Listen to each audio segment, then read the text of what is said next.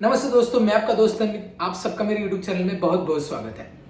आज हम बात करेंगे फ्री कोर्स ऑन फार्माकोविजिलेंस के मॉड्यूल नंबर 2 के बारे में। पहला क्लास जो था वहां पे हमने बात की हिस्ट्री ऑफ फार्माकोविजिलेंस, इसके बाद एम्स ऑफ फार्माकोविजिलेंस, फिर क्लिनिकल रिसर्च ओवरव्यू।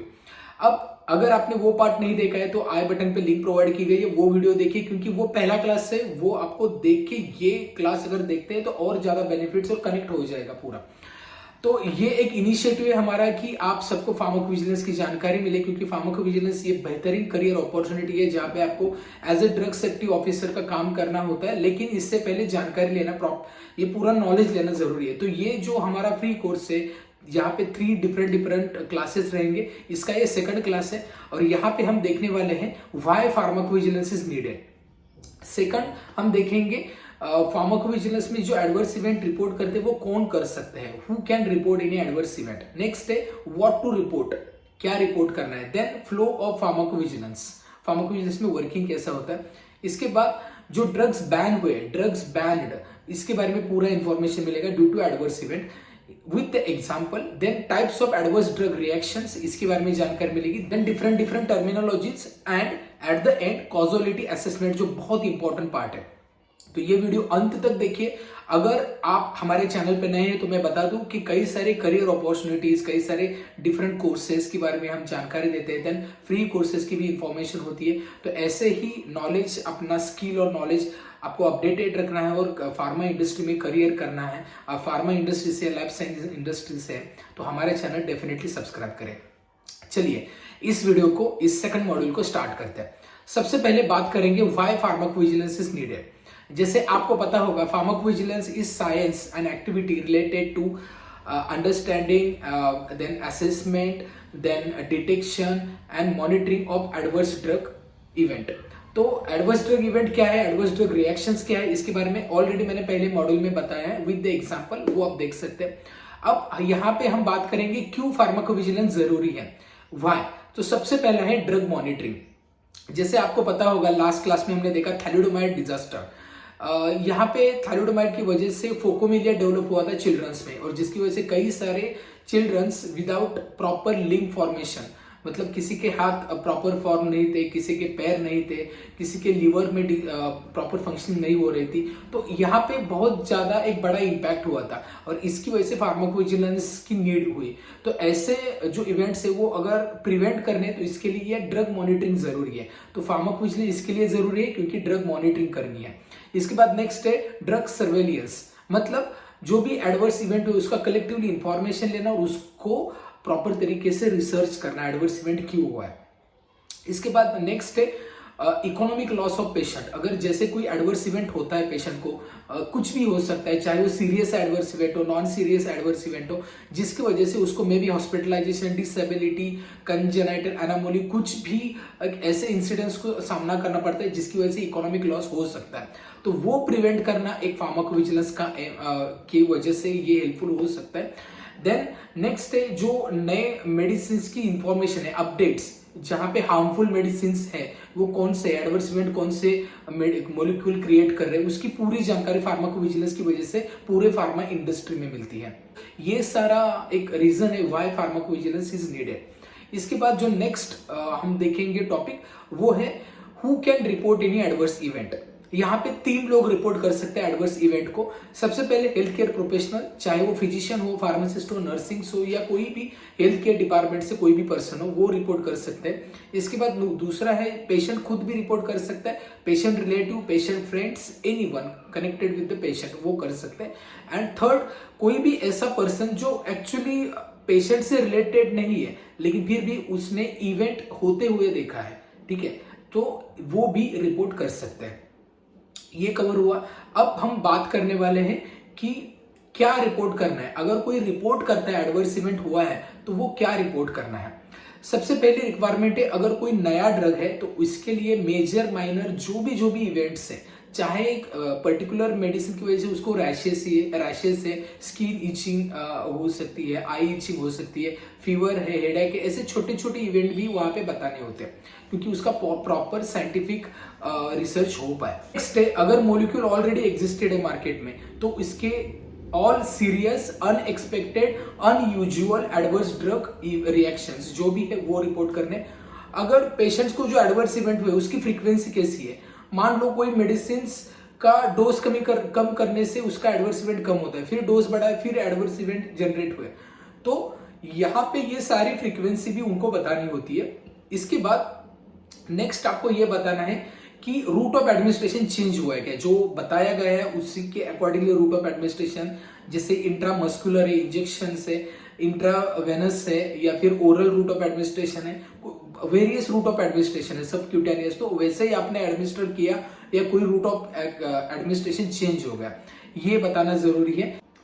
इसके बाद interactions, drug drug interaction, drug food interaction, drug food supplement interaction हुई है क्या, ये बताना जरूरी है।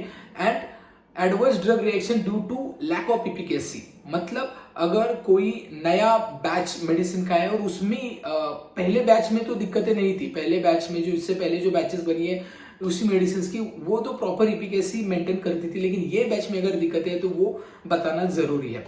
तो ये सारी इंफॉर्मेशन आपको फार्माकोविजिलेंस डिपार्टमेंट को, जो भी मॉनिटरिंग सेंटर हो, वहां पे आपको ये इंफॉर्मेशन बतानी जरूरी होती है। अब ये तो हमने 3 पॉइंट यहाँ पे कवर किए। अब बात करते हैं प्रोसेस कैसे होती है फार्माकोविजिलेंस में। सबसे पहले एडवर्स इवेंट का स्टडी रिपोर्ट बनता है, मतलब एडवर्स इवेंट रिपोर्ट हुए उसका पूरा स्टडी किया जाता है। उसके बाद नेक्स्ट डिपार्टमेंट है एग्रीगेट रिपोर्टिंग, जहां पे जो इवेंट हुए हैं वो रेगुलेटरी बॉडी ऑफ इंडिया को सबमिट करने होते हैं। अब इंडिया की है तो इंडिया में, अगर अदर कंट्रीज के रेगुलेटरी बॉडी है तो वहां पे सबमिट करने होते हैं। अब रेगुलेटरी बॉडी कौन कौन सी है डिफरेंट कंट्रीज की, इसके बारे में बात करते हैं। यूएस की है food and drug administration, then UK की है medicine and health care products regulatory agency MHRA, India की है central drug standard control organisation CDSCO, then Australia की है therapeutic good administration, then Japan की है Japanese ministry of health labour and welfare, then Canada की है health Canada, Brazil की है एजेंसी नेशनल डिग्रेडेशन विजेंसिया सैनिटेरिया ANVISA, देन साउथ अफ्रीका की है medicine control council MCC, Europe की है European directorate for quality of medicine या फिर यूरोपियन मेडिसिन इवेल्युएशन एजेंसीज। तो ये डिफरेंट कंट्री की डिफरेंट रेगुलेटरी अथॉरिटी है, ये बहुत जरूरी है, वहीं पे आपको रिपोर्ट सबमिट करना होता है। इसके बाद नेक्स्ट डिपार्टमेंट है सिग्नल डिटेक्शन, मतलब जो एडवर्स इवेंट हुआ है वो मॉलिक्यूल का कंपैरिजन किया जाता है स्टैंडर्ड डिफरेंट अलग कंपनी के मॉलिक्यूल के साथ, और रिसर्च किया जाता है। तो ये बहुत इंपॉर्टेंट डिपार्टमेंट है सिग्नल डिटेक्शन। इसके बाद नेक्स्ट है रिस्क मैनेजमेंट। अब यहाँ पे एक तो ड्रग की रिस्क ज्यादा हो सकती है, मतलब ये मे बी कोई पेशेंट को क्लिनिकल ट्रायल्स अगर, मतलब मान लो वो ड्रग विड्रॉ किया जाता है मार्केट से, उस पर स्टडी की जाती है, लेकिन फिर भी वो इंट्रैक्शन दिखाता है, वहां पे पेशेंट को इवेंट्स हो रहे और बढ़ रहे, तो ऐसा में क्या होता है, वो रिस्क बढ़ रही है, राइट। तो ऐसे में अगर रिस्क ज्यादा है तो वो ड्रग मार्केट से विड्रॉ किया जाएगा, अगर उसके बेनिफिट ज्यादा है कंपेरेटिव टू रिस्क, वो ड्रग रीलॉन्च किया जाएगा। तो ये होता है रिस्क मैनेजमेंट में। तो डिफरेंट हमने डिपार्टमेंट्स देखे। अब बात करते हैं drugs banned in all the over the world due to adverse event.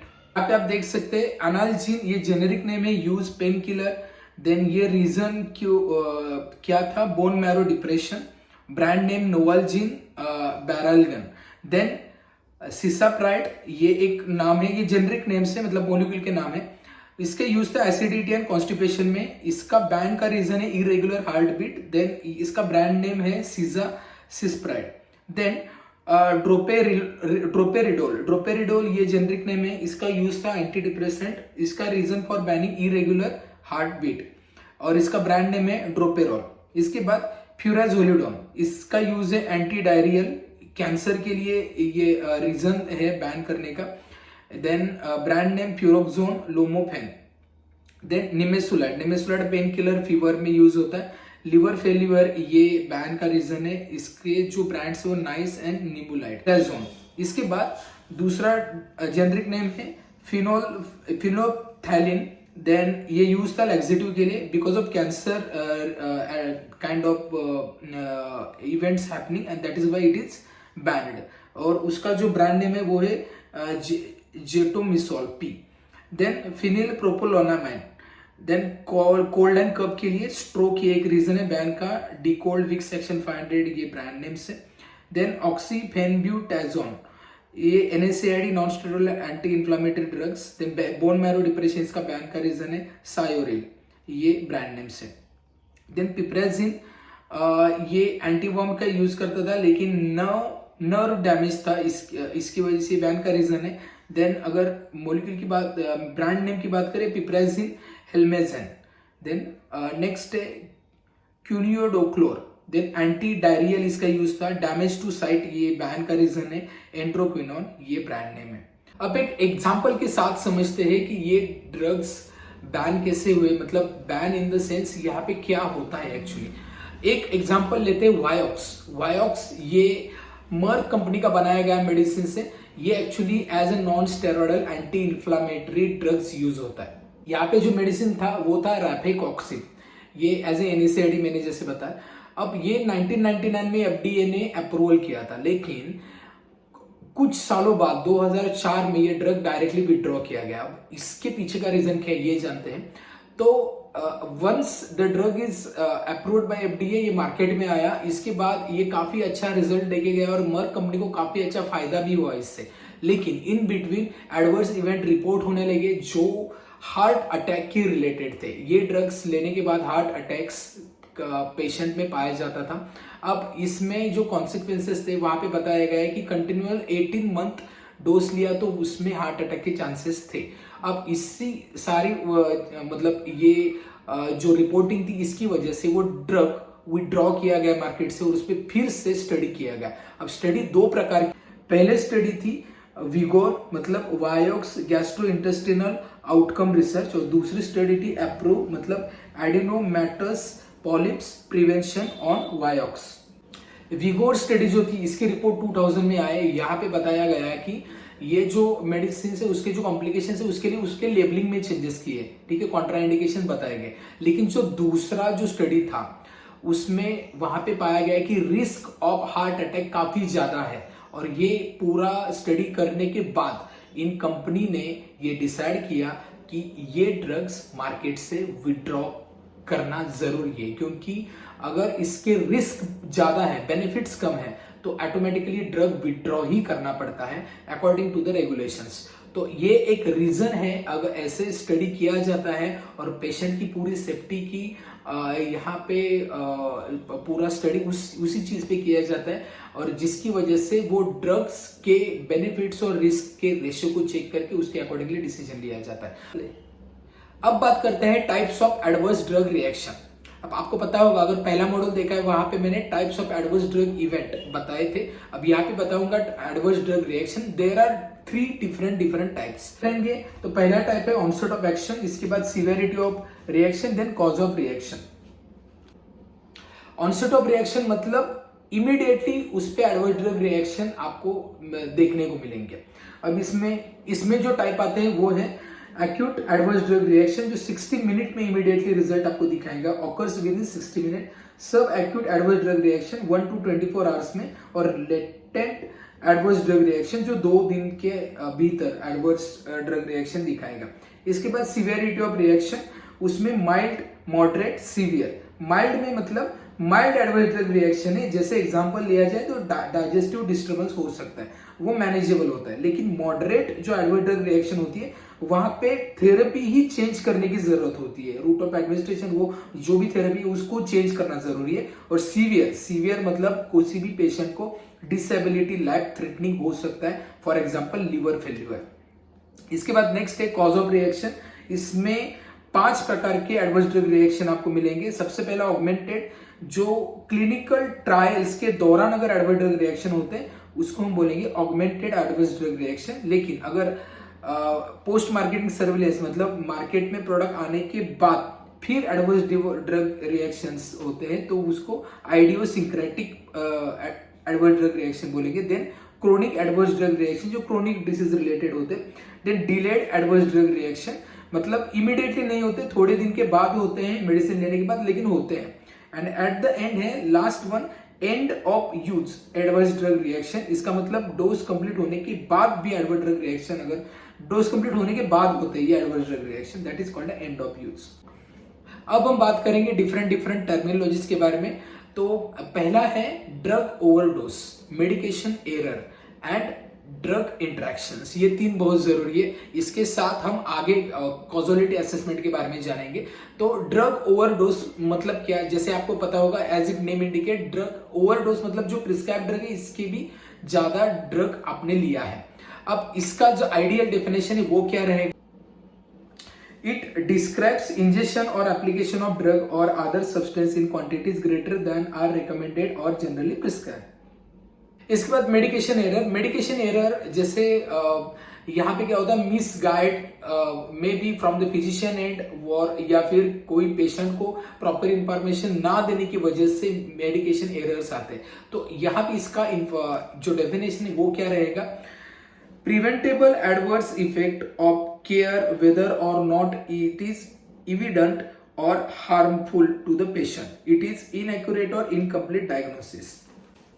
अब इससे क्या होता है? बिकॉज ऑफ मेडिकेशन एरर्स क्या होता है, एक तो मिस डायग्नोसिस होता है, जो डायग्नोसिस चाहिए वो नहीं होता प्रॉपरली, एक या फिर मेडिसिन और मतलब ऐसे दो मेडिसिन दिए जाते हैं जो इंटरेक्ट होते हैं एक दूसरे से और जिसकी वजह से रिएक्शन हो सकती है। May be otherwise giving wrong drug भी दिया जा सकता है, रॉन्ग सर्जरी भी रिकमेंड की जा सकती है। तो ये है मेडिकेशन एरर्स के जो कॉजेस है वो है। लेकिन ये क्यों होता है, व्हाई इट इज हैपनिंग, जो मेडिकेशन एरर होते हैं? Incomplete patient information, unavailable drug information, miscommunication of drug orders, lack of proper labeling. अब इसके बाद हम बात करेंगे ड्रग इंटरेक्शन। इसकी डेफिनेशन क्या है? फार्माकोलॉजिकल और clinical response to administration of drug combination different from that anticipated from known effect of two agents. दूसरी terminology concomitant medicine. Concomitant medicine मतलब क्या होता है? Drugs which is used along with the suspected drug. Suspected drug मतलब वहां पे आपको लग रहा है कि इस ड्रग की वजह से एडवर्स इवेंट हो रहा है और इसके साथ कोई ड्रग ऑलरेडी यूज किया है, that is called as concomitant medicine. अब इसके बाद नेक्स्ट चीज हम बहुत इंपॉर्टेंट फैक्टर बात करेंगे जो है कॉजोलिटी असेसमेंट। कॉजोलिटी असेसमेंट मतलब क्या? It is a method by which extent of relationship between drug and suspected reaction is established. यहाँ पे एक्चुअली ड्रग जिस पे एडवर्स इवेंट हो सकते हैं वहां पे सस्पेक्टेड ड्रग है और जो एडवर्स इवेंट है वो उसका दोनों का रिलेशनशिप देखा जाएगा और इसमें कई सारे मेथड्स भी है। इसके पहले आपको कुछ टर्मिनोलॉजी जाननी जरूरी है जो है D challenge and re challenge. D challenge में भी negative D challenge and positive D challenge होती है। री चैलेंज में निगेटिव री चैलेंज, पॉजिटिव री चैलेंज होता है।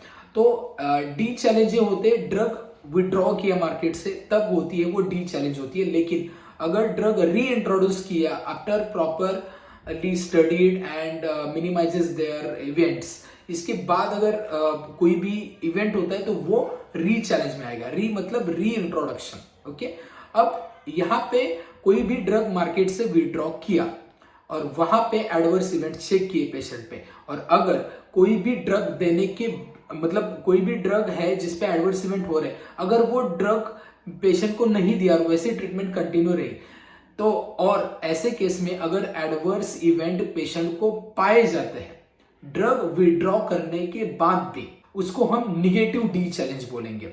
लेकिन अगर पेशेंट को जो सस्पेक्टेड ड्रग है वो पेशेंट विड्रॉ करने के बाद एडवर्स इवेंट इमीडिएटली स्टॉप हो जाते हैं, इसका मतलब है पॉजिटिव डी चैलेंज, मतलब कॉजल रिलेशनशिप है इस ड्रग से। इसके बाद री चैलेंज के बारे में बात करते हैं। अगर री चैलेंज में री इंट्रोडक्शन के बाद भी अगर पेशेंट को एडवर्स इवेंट पाए जाते हैं विद द ड्रग एडमिनिस्ट्रेशन, उसको बोलेंगे पॉजिटिव री चैलेंज। अगर नहीं होते एडवर्स इवेंट तो निगेटिव री चैलेंज, मतलब पॉजिटिव री चैलेंज में फिर से कॉजल रिलेशनशिप है। मतलब यहाँ पे मॉनिटर प्रॉपर किया जाता है कि ड्रग की वजह से ही हो रहा है या कोई दूसरे फैक्टर्स हैं। तो ड्रग की वजह से हो रहा है तो ड्रग पेशेंट के बॉडी में है तब तक वो एडवर्स इवेंट दिखाएगा, ड्रग बॉडी से विड्रॉ किया तो नहीं दिखाएगा। और उसके बाद वैसे ही ड्रग पे प्रॉपर रिसर्च करने के बाद फिर री इंट्रोडक्शन किया जाता है। मतलब री इंट्रोडक्शन मतलब मार्केट में फिर से वो ड्रग लॉन्च किया जाता है और फिर भी उस पे एडवर्स इवेंट पाए जाते हैं, तो वो री चैलेंज में काउंट किए जाएंगे। तो ये डी चैलेंज री चैलेंज बहुत जरूरी है, आपको पूछा जा सकता है यह सवाल। अब बात करेंगे कॉजोलिटी के मेथड्स क्या है। जैसे कि आपको अभी मैंने बताया कि एक्चुअली जो रिएक्शन से पेशेंट के जो मेडिसिन दिया है और जो इवेंट है उसको प्रॉपरली आपको देखना है कि एक्चुअली इसी मेडिसिन की वजह से हो रहा है कि नहीं। इसका एक मेथड है, वो है नारेंजो मेथड। अब ये क्या है इसके बारे में देखते हैं। आपको इमेज पे एक चार्ट दिख रहा होगा, यहाँ पे इवेंट है और यहाँ पे मार्क्स है। जैसे कि आप कहीं पे भी कुछ इवेंट करते हैं या फिर कहीं पे भी कुछ प्रोग्राम्स अगर आप अटेंड करते हैं, वहां पे फीडबैक फॉर्म आपको मिलेगा कि strongly agree, strongly disagree, agree, satisfactory, है ना। तो ऐसे ही यहाँ पे आपको कॉलम्स मिलेंगे, तो उसके अकॉर्डिंगली आपको मार्किंग करनी है 0, +1, +2, -1, -2। ओके, तो इसके अकॉर्डिंगली पूरा फाइनल समेशन किया जाता है। मतलब लास्ट में जो भी फिगर आएगा उसके अकॉर्डिंगली डिटेक्ट करेंगे कि ये एडवर्स ड्रग इवेंट है, ये इसी मेडिसिन की वजह से हुआ है कि नहीं। इसका एक स्केल है, वो स्केल क्या है, पहले तो डेफिनेटिव है। डेफिनेटिव मतलब डेफिनेटली इससे एडवर्स इवेंट हुए हैं। अगर मोर देन 9 फिगर आती है तो प्रोबेबल होता है। 5 to 8 के इन बिटवीन अगर फिगर आती है, काउंटिंग होता है तो पॉसिबल है। 1 से 4 तक आया तो डाउटफुल है अगर 0 आया तो। अब इसे एक एग्जाम्पल के साथ समझते हैं। जस्ट मैं एग्जाम्पल दे रहा हूं। अब यहाँ पे कोई पेशेंट है, मान लीजिए मेरा ही नाम है अमित, मेरा नाम है। तो अमित ने लिया एमोक्सिसिलिन, ओके, जो थ्रोट पेन था। तो थ्रोट पेन की वजह, थ्रोट पेन था इसके लिए एमोक्सिसिलिन लिया। अब मुझे क्या हुआ, 500 mg दिया डॉक्टर ने, लेकिन अगर मुझे थ्रोट पेन था इसके लिए मैंने एमोक्सिसिलिन लिया, लेकिन मुझे स्किन रैशेस हो रही है, तो मैं सेकंड डे में क्या करूंगा, डॉक्टर के पास जाऊंगा कि मुझे स्किन रैशेस हुई है। अब डॉक्टर क्या करेंगे, डॉक्टर करेंगे पहली चीज की एमोक्सिसिलिन का डोज रिड्यूस करेंगे। 500 था तो 250 थे, क्योंकि मुझे रैशेस आ गए, मे बी पावर ज्यादा इसके लिए हो सकता है। अब यहाँ पे सेकंड डे में आप उन्होंने ये एक्शन की। थर्ड डे में मुझे एडवर्स इवेंट या फिर आप बोल सकते हैं कि जो भी रिएक्शंस थी, रैशेस थे, वो कम हो गए क्योंकि 250 mg किया पावर, ठीक है। तो इसके बाद नेक्स्ट डे में मुझे थ्रोट इन्फेक्शन बढ़ा, क्योंकि एक्चुअली मेडिसिन का पावर कम किया तो वो मैच नहीं हुआ, इसके लिए थ्रोट इन्फेक्शन बढ़ा। तो मैं फिर से डॉक्टर के पास गए, डॉक्टर ने मुझे फिर से 500 mg प्रिस्क्राइब किया, क्योंकि वो 250 से वर्क नहीं कर रहा था। अब फिर से मुझे रैशेस आने लगे। ये इवेंट आप कंसिडर कीजिए। अब इसके अकॉर्डिंगली नारेंजो स्केल में आपको मार्क्स देने हैं। तो अब यहाँ पे हम देखेंगे नारेंजो स्कोर क्या रहेगा। जो क्वेश्चन है उसके हमें आंसर्स देने हैं। येस है तो +1, येस है तो +1, स्ट्रांगली है तो 1 +2 भी दे सकते हैं, ये डिपेंड है, ओके। देन नो है तो नो, माइनस भी दे सकते हैं। सो डू नॉट नो है तो डू नॉट नो पे रहेगा, ओके। तो अकॉर्डिंगली स्कोर रहेगा। पहला है are there previous conclusion reports on this reaction. अगर पहले कोई रिपोर्ट है तो आप येस कर सकते हैं या फिर नो कर सकते हैं। देन नेक्स्ट है did the adverse event appear after suspected drug was given. तो ये तो येस ही रहेगा। एमोक्सिसिलिन 500 देने के बाद रैशेस आते थे तो इसका येस ही रहेगा। Did the adverse reaction improve when the drug was discontinue. मतलब अगर ड्रग्स जो सस्पेक्टेड ड्रग था वो अगर डिसकंटिन्यू किया तो एडवर्स इवेंट रिएक्शन होती थी क्या, नहीं, तो ये नो आएगा। Did the adverse reaction appear when the drug was readministered, इसका मतलब ये यस आएगा। देन नेक्स्ट है are there alternative causes that have caused the reaction, इसकी आइडिया नहीं है हमें तो डू नॉट नो आएगा। Then did the reaction reappear when placebo was given, do not know. Was the drug detected in any body fluid in toxic concentration? Do not know. Was the reaction more severe when the dose was increased or less severe when the dose was decreased? Yes आएगा। Did the patient have similar reaction to the same or similar drugs in any previous exposure? अगर पहले history same, कोई history में ऐसा same हुआ है तो yes आएगा, अदरवाइज नो आएगा। Was the adverse event confirmed by the objective evidence? इसका मतलब yes आएगा। So according to the score ये एडवर्स इवेंट है कि नहीं, ये उसका स्केल वहां पे आपको दिखेगा। मतलब अकॉर्डिंग टू द फाइनल जो फिगर है उसके अकॉर्डिंगली हम कनेक्ट कर सकते हैं, ये स्ट्रांगली एविडेंस है कि नहीं ये एडवर्स ड्रग इवेंट है इसी मेडिसिन की वजह से हुआ है। जो नेक्स्ट जो स्केल है जहां पे हम एडवर्स इवेंट मॉनिटर करते हैं वो है WHO UMC। WHO UMC में डिफरेंट टाइप्स है। पहला है certain, conditional, unclassified, then unlikely, then unassessable. अगर स्ट्रॉन्ग यहाँ पे ज्यादा चांसेस है कि एडवर्स इवेंट उसी पर्टिकुलर मेडिसिन की वजह से हुआ तो सर्टन आएगा। कंडीशनल में आएगा अगर इसकी इंफॉर्मेशन और भी चाहिए नीडेड है तो आएगा। अनलाइकली आएगा अगर रिलेटेड नहीं है, एक्चुअली ये इवेंट इस मेडिसिन की वजह से नहीं हुआ है ऐसे डिटेक्ट होता है तो अनलाइकली। और अनएक्सेसिबल आता है इंफॉर्मेशन कम अवेलेबल है, ओके, तो आएगा। तो इस प्रकार हमने आज देखा कॉजोलिटी असेसमेंट बहुत इंपॉर्टेंट है, किस प्रकार होता है। नारेंजो स्केल एंड WHO का जो मेथड है वो हमने देखा। तो इस प्रकार एडवर्स इवेंट को प्रॉपर तरीके से डिटेक्ट किया जा सकता है। और आज हमने कई सारी चीजों के बारे में देखा, जो फार्माकोविजिलेंस क्यों जरूरी है, देन कैसे रिपोर्ट कौन रिपोर्ट कर सकता है, क्या रिपोर्ट करना है, एडवर्स ड्रग रिएक्शन के बारे में, ड्रग्स बैन है उसके बारे में, और कॉजोलिटी असेसमेंट के बारे में। तो आई होप आपको बहुत सारी चीजें कनेक्ट हुई होगी, समझ में आई होगी। अगर ये वीडियो अच्छा लगता है, पूरी इंफॉर्मेशन समझ में आती है तो वीडियो को लाइक करें, चैनल को भी सब्सक्राइब नहीं किया चैनल को सब्सक्राइब करें और इस वीडियो को कई सारे लोगों तक शेयर करें। और नेक्स्ट मॉड्यूल जो लास्ट मॉड्यूल है इस कोर्स का ये देखना ना भूले, वहां पे हम ऑलरेडी और आगे ज्यादा इंफॉर्मेशन प्रोवाइड करेंगे जो फार्माकोविजिलेंस के रिलेटेड है। तो इस वीडियो में इतना ही। I wish you all the best for everyone, happy learning, thank you.